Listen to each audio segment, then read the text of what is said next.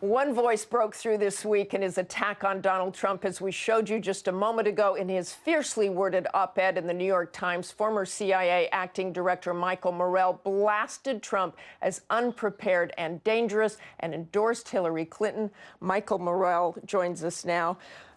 Mr. Morell, I want to first get your reaction to what Rudolph Giuliani said. I mean, one thing that struck me right off the bat was what he said about Benghazi. You know, there is this view out there that she lied about what caused the attack, that she said it was the video. I think one of the really interesting things that is in early 2014, the Federal Bureau of Investigation walked into the House Permanent Select Committee on Intelligence, and they said that we believe the video was a motivation in this attack.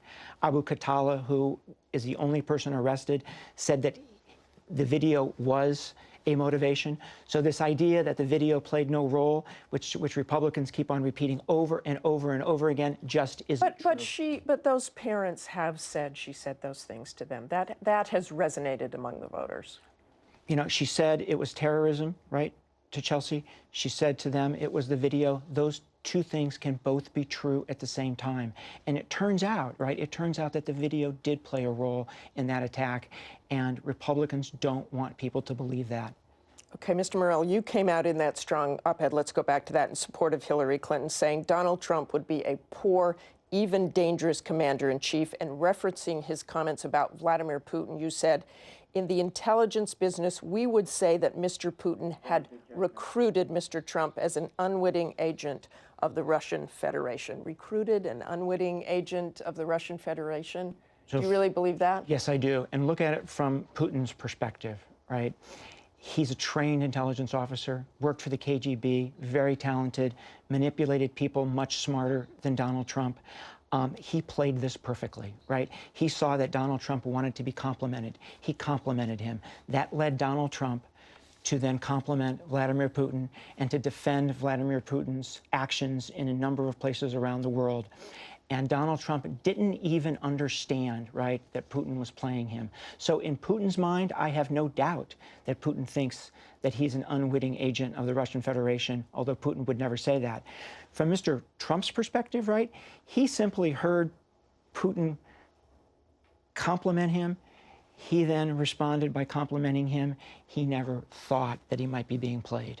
Okay, let's talk about what Donald Trump has said, and others, many others, have said about Hillary Clinton's judgment, especially in light of that email server. Listen to what you said about that email last year. I don't think that was a very good judgment. Do you believe that at least one or perhaps many foreign intelligence services have everything that went to and from that server? The good ones have everything on any unclassified network that the government uses, whether it's a private server or a public one. They're that good. So that's a yes. Yep. So why should America trust her to be commander-in-chief, since she did expose intelligence to foreign governments and passed classified and very top-secret information back and forth? Yeah, just one comment on what I said previously. You know, since then, the FBI has said that they found no evidence that a foreign government hacked into her server. But they didn't rule it out. But I think there's a bigger issue here. Right? I worked with her for 4 years, very closely, when she was Secretary of State and I was at the CIA. I personally provided her some of the most sensitive information that the Central Intelligence Agency has. She never misused it. She always protected it.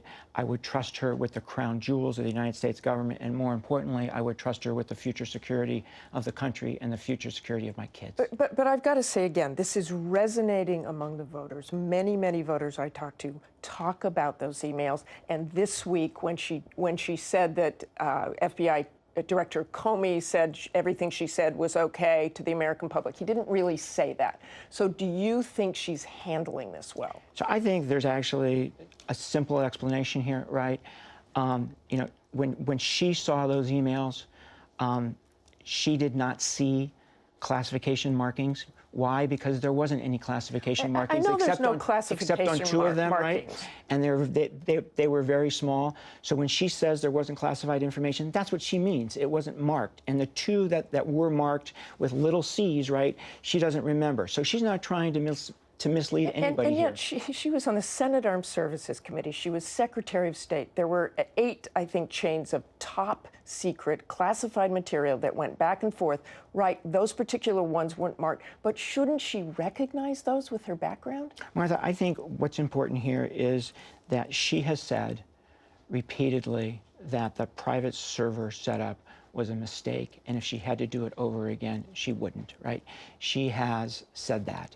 I think the other important point is that she would be the first to tell you that the processes and systems at the State Department for handling classified information need to be enhanced. And I'll tell you that they need to be enhanced not only at the State Department, but they need to be enhanced across government. And I think she will do that when she's president of the United States. Okay, the Obama administration announced they're close to completing their goal of admitting 10,000 Syrian refugees. Secretary Clinton wants to increase that number to 55,000. Mr. Trump warns that ISIS terrorists could be among these refugees, and some of your most esteemed colleagues have said the same thing. Listen to this. I don't obviously put it past the likes of ISIL to infiltrate operatives among these refugees. The group is probably exploring a variety of means for infiltrating operatives into the West, including in refugee flows. There are certain gaps in the data available to us. We've heard the warnings about lone wolf attacks. So why take the risk of bringing in more refugees? So I'm concerned, too, about ISIS's ability, right, to infiltrate people. But we've got some very effective, robust processes for vetting people.